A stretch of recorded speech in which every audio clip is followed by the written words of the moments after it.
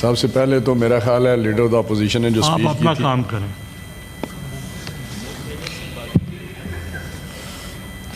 باقی ہیں جی چلیں ہم اپنا رائٹ تو ریزرو رکھتے ہیں. میرا خیال ہے کسی وقت آئیں گے تو جواب دیں گے. And justice authority amendment bill 10 order number 10 جی آرڈر نمبر 10 منسٹر صاحب اب مجھے دیکھیں. جی آرڈر نمبر 10 آرڈر نمبر 10 لے لوں جی سر، کیونکہ وہ بھی مجھے بھی انہوں نے یہ کہا ہوا تھا. تو بھائی thank you secretary. I thank you. Move sir I move that. اچھا چیئرمین صاحب کین آئی اسپیک؟ آپ جب آپ کی please order in the house, order in the house. ٹھیک ہے. جب آپ کی باری آئے گی تو جواب دے دیں گے. اچھا جی چیئرمین صاحب اس وقت دیکھیں یہ سب کچھ تش تش بام ہو. No cross talks please. Address the chair. دیکھیں چیئرمین صاحب میں آپ سے مخاطب ہوں اور میں یہ توقع رکھتا ہوں کہ نام ہماری پارٹی نے جن جن لوگوں ان کا تھا.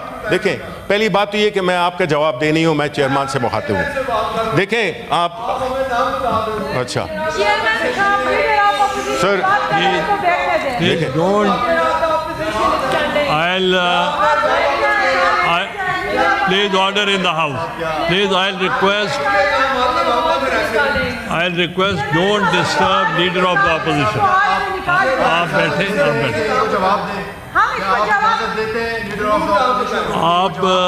میں آپ سے ریکویسٹ کروں گا جب لیڈر آف دا ہاؤس یا لیڈر آف دا اپوزیشن بولے گا نو انٹرپشن.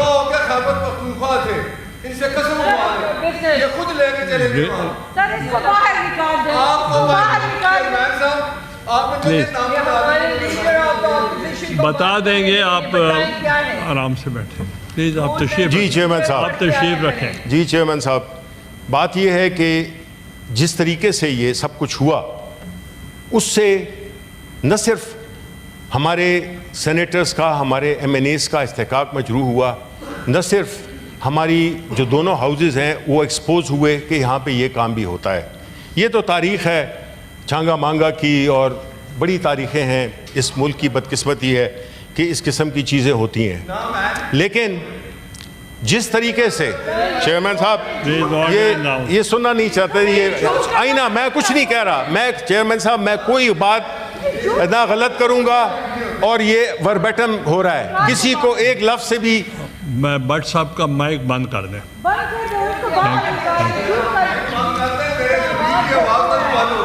اچھا قابل قبول نہیں ہے، قابل مذمت ہے کہ بلوچستان کے عوام، اسی طرح خیبر پختونخوا کے عوام جو کہ بنیادی طور پہ اس جنگ کے ایک بہت بڑی کیجولٹی رہے ہیں، اس کے تمام تر نقصانات ان دو صوبوں نے اٹھائے ہیں.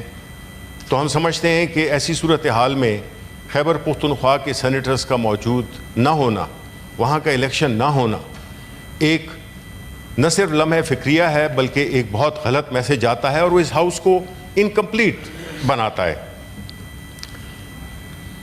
شاید یہ وجہ ہو کہ وہاں پہ پاکستان تحریک انصاف کی میجورٹی سینیٹرز آئیں گے تو ایک محروم رکھا جا رہا ہے ایک صوبے کو، جسٹ بیکاز اس میں معلوم ہے سب کو کہ جو میجورٹی کے سینیٹس ہیں آلموسٹ 9 سینیٹرز جو ہے ٹو 10 سینیٹرز وہ خیبر پختونخوا سے ہماری پارٹی پاکستان تحریک انصاف کی جانب سے آئیں گے.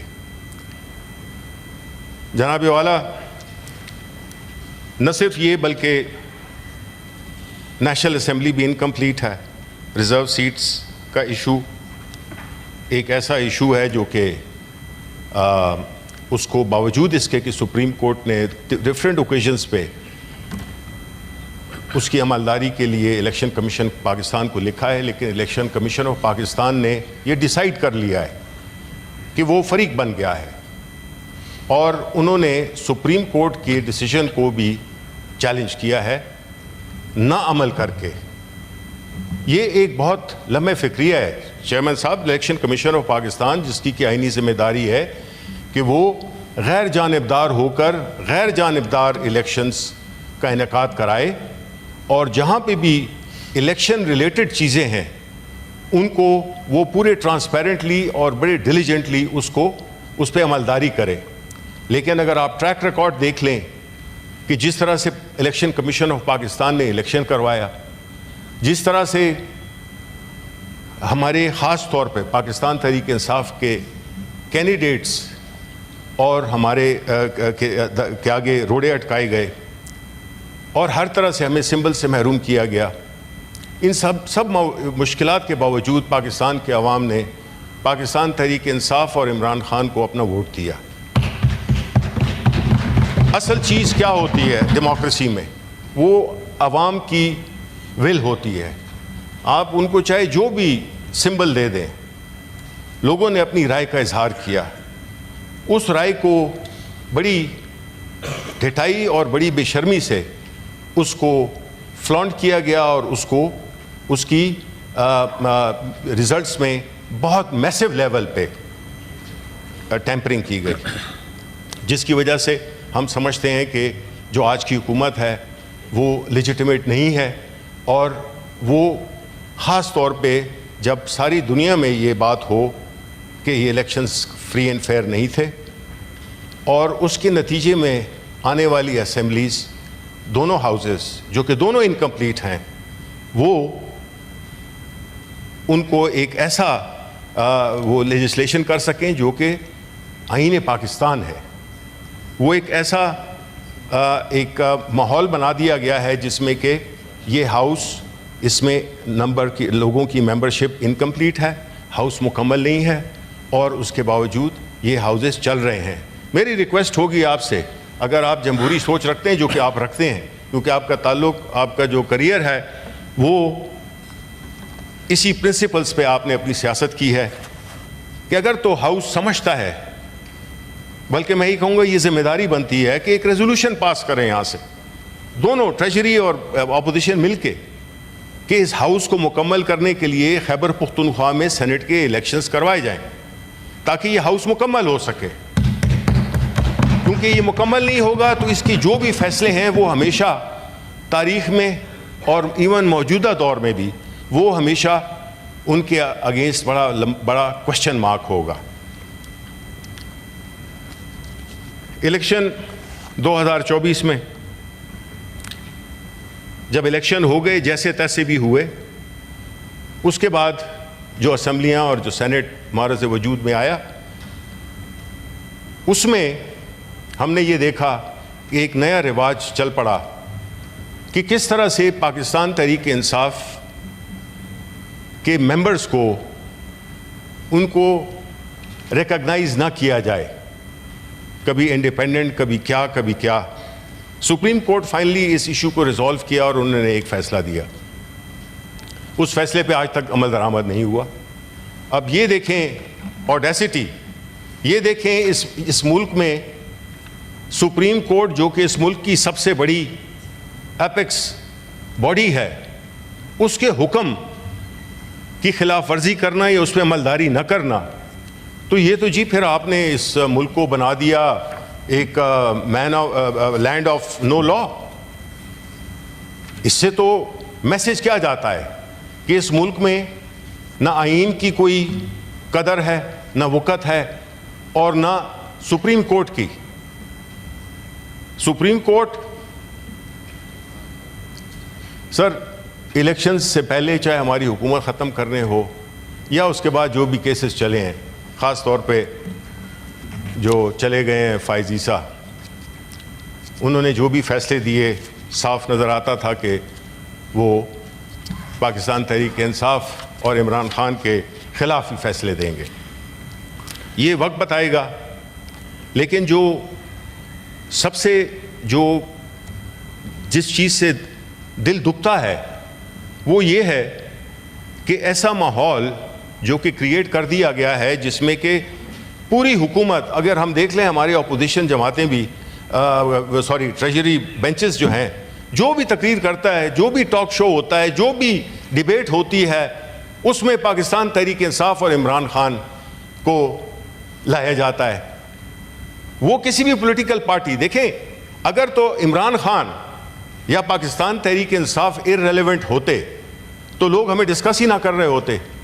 جس اسپیکر کو دیکھ لیں تو وہ عمران خان کے خلاف شروع ہو جاتا ہے, وہ ہماری وہ پوری اس کی ڈسکشن تقریر وہ اسی پہ بحث ہو رہی ہوتی ہے, چاہے وہ ٹاک شوز ہو, میڈیا ہو, کچھ بھی ہو.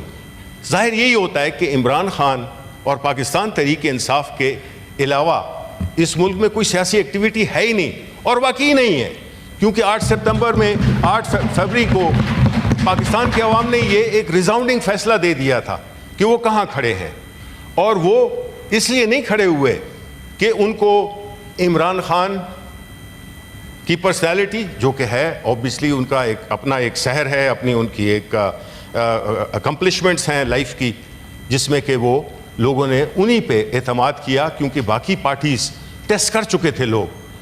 دونوں پارٹیز جتنی بھی آئی ہیں انہوں نے پاکستان اگر اس حالت میں ہے تو اس کی بنیادی وجہ ہے کہ پاکستان تحریک انصاف تو صرف 3 سال کی حکومت کے لیے آئی تھی, 3.5 سال کے لیے آئی تھی.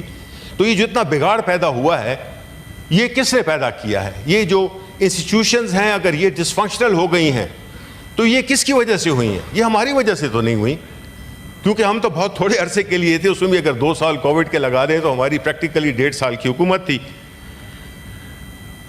اس کے بعد جب لیجسلیشن کی بات آئی, اس ہاؤس کی بات آئی, میں اپنے ہاؤس کی بات کروں گا کہ جو کسٹم میڈ لیجسلیشن کا ایک فیشن انٹروڈیوس کیا گیا ہوا, جس میں کہ اگین چاہے وہ آپ لے لیں الیکٹورل ایکٹ میں تبدیلیاں, آپ الیکشن ٹریبونل کے ممبرز کی ججز, ایکس ججز, سمر سالٹس ہوتی رہیں, سی سا ہوتا رہا, اور یہ عام آدمی کو بھی نظر آتا ہے کہ یہ ساری جو امینڈمنٹس ہو رہی ہیں, قوانین میں جو تبدیلیاں لائی جا رہی ہیں, اس کا ایک ہی مقصد ہے, اور وہ مقصد کیا ہے کہ کسی طرح سے ہم پاکستان تحریک انصاف کے مینڈیٹ کو جو کہ پاکستان کے عوام نے دیا, وہ الیکشن ہمارے انڈر نہیں ہوا, لیکن اس میں کس طرح سے آپ روڑے اٹکاتے رہیں کہ پاکستان تحریک انصاف نہ آ سکے پارلیمنٹ میں. الیکشن ٹریبیونلز پہ بھی آپ نے لا کیے, بلڈوز کیے آپ نے, اور کون سی ایسی وہ تھی, یہاں پہ ہم بڑی تقریریں سنتے تھے کہ جی اسلام آباد کو بالکل کنٹینرائز کر دیا گیا ہے, اسلام آباد میں عام لوگ, اسکول, بچے وغیرہ نہیں جا سکتے, وہ آج بھی جاری ہے. لیکن مقصد چونکہ یہ تھا کہ پاکستان تحریک انصاف کے آگے بند باندھنا تھا, تو آپ نے وہ ایک کسٹم میڈ لا انٹروڈیوس کیا جس کو peaceful assembly and public order bill 24 کہتے ہیں. پھر اسی طرح آپ نے لوکل باڈیز کو الیکشن کو خاص اینڈ ٹائم پہ آپ نے اس کو بھی پوسٹ پون کر دیا, اس کی بھی لیجسلیشن آپ لے آئے. اسی طرح پھر ایک ایسا ماحول پیدا ہو گیا کہ جس میں ہمیں ایک ایسی امینڈمنٹ پاس کرنی پڑی جس کو کہ 26th امینڈمنٹ کہتے ہیں. دیکھیں سر, بات یہ ہے کہ اس ہاؤس کا پورا استحقاق ہے کہ وہ قانون سازی کرے, اسی لیے ہم ہیں, یہی ہمارا بنیادی کام ہے. لیکن ہم بجائے لیجسلیشن کے, عوام کے فائدے کی لیجسلیشن کے, ہم نے وہ لاز پاس کیے جس کا کہ عوام کے ساتھ کوئی تعلق نہیں ہے, نہ ان کا فائدہ ہوگا اس میں بلکہ ان کو نقصان دیا آپ نے. ان کے مینڈیٹ کو نیوٹرلائز کرنے کے لیے آپ نے ایسے قوانین پاس کیے جس سے کہ ان کے مینڈیٹ, ان کی جو ووٹ کی جو ان کی حرمت ہے اس کو پامال کیا گیا. ترامیم ہم کر سکتے ہیں جناب چیئرمین, ترامیم کرنا کوئی بری بات نہیں ہے, لیکن مسئلہ یہ ہے کہ وہ کس طریقے سے ہوتی ہیں. دیکھیں, آئین میں ترمیم ایک بہت ہی سیریس ایشو ہے. آپ اس ملک کے سب سے بڑے وہ ڈاکیومنٹ کو آپ اس کو ٹیمپر کر رہے ہیں. اگر اس طریقے سے جس طرح سے یہ ہوئی ہے یہ امینڈمنٹ, جس میں کہ آپ کو پاتا تھا کہ نمبر 1 آپ کے پاس طریقہ یہ ہوتا ہے کہ ایک امینڈمنٹ آتی ہے, اس کو ہاؤس میں انٹروڈیوس کیا جاتا ہے, اس پہ بحث ہوتی ہے, اس پہ کمیٹیز میں بھیجا جاتا ہے, اس پہ ڈسکشنز ہوتی ہیں, بیکاز آئینی ترمیم از ناٹ اے جوک.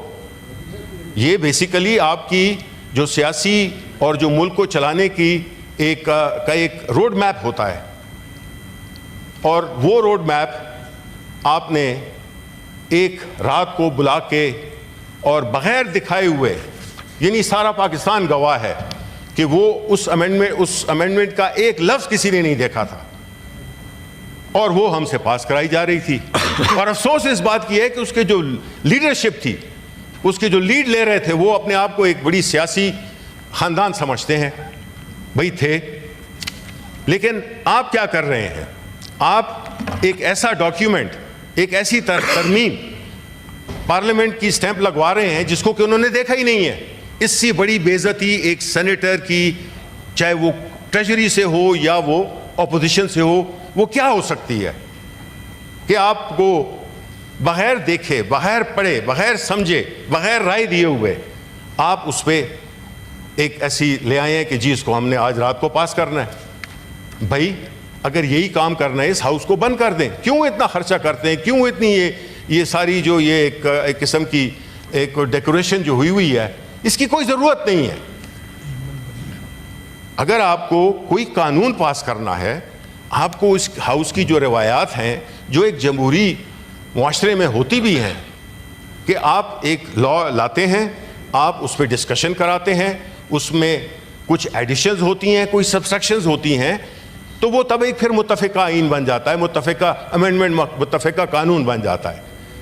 لیکن پھر اس کے بعد جب وہ بات لمبی ہو گئی, اس کے بعد پھر تعداد چونکہ آپ کے پاس نہیں تھی, باوجود تمام تر چیزوں کے آپ کے پاس وہ ریکوائرڈ نمبر نہیں تھے.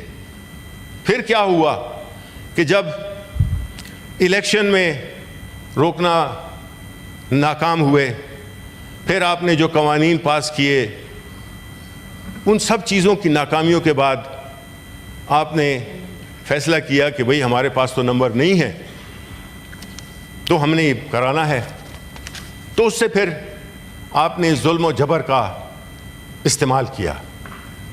وہ ظلم و جبر کیا تھا کہ آپ کے ایم این ایز, آپ کے سینیٹرز, سب کو انٹیمیڈیٹ کیا گیا. میرے گھر پہ چیئرمین صاحب, میں کوئی خاص نہیں ہوں, میں ایک عام آدمی ہوں, اپنے کسی بھی سینیٹرز سے زیادہ نہیں ہوں, but leader of the opposition. میرے گھر پہ بھی پولیس نے چھاپے مارے. جناب والا, پچھلے 1 سال سے ہم در بدر پھر رہے ہیں, ہماری فیملیاں تباہ و برباد ہو گئی ہیں, ہمارے کاروبار تباہ ہو گئے ہیں. ہم جو ہے اس قسم کی سچویشن میں, آپ اگر تو اس کو جسٹیفائی کر رہے ہیں تو یہ آپ کا اپنا ظرف ہے. بات یہ ہے کہ جی کسی بھی قانون میں اگر دھونس سے, اگر جبر سے, لالچ سے کسی کی وفاداری کو آپ خریدتے ہیں, یہ کوئی اچھا طریقہ نہیں ہے. مجھے بڑا افسوس ہوا کہ ایک ہمارے ہی کولیگ, انہوں نے ہمارے ایک مائنورٹی ممبر کو فون کیا کہ بھائی اتنے پیسے مل رہے ہیں تو آپ لے لو. ہمارے اقلیت کے ممبر نے جواب دیا کہ میرا مذہب مجھے اجازت نہیں دیتا. سر, ہمارا سر شرم سے جھک گیا. اس نے ساتھ میں یہ بھی کہا کہ ہمارا مذہب بھی اجازت نہیں دیتا, لیکن کیا کریں. تو صورتحال دیکھیں چیئرمین صاحب, جب اس طرح کی ہوگی, جب آپ کی منشا کے, یور فری ول کے بغیر آپ ووٹ کریں گے. آپ نے 63A کو بھی تبدیل کر دیا just because you wanted to facilitate. دیکھیں بات یہ ہے کہ جو جھوٹ بولے اس پہ اللہ کی لعنت ہو. اچھا چیئرمین صاحب, کین آئی اسپیک؟ آپ جب آپ کی please order in the house, order in the house, جب آپ کی باری آئے گی تو جواب دے دیں گے. اچھا جی چیئرمین صاحب, اس وقت دیکھیں یہ سب کچھ تش تش بام ہو. No cross talks, please. Address the chair.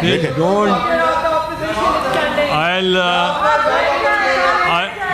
Please order in the house. Please, I'll request don't disturb leader of the opposition.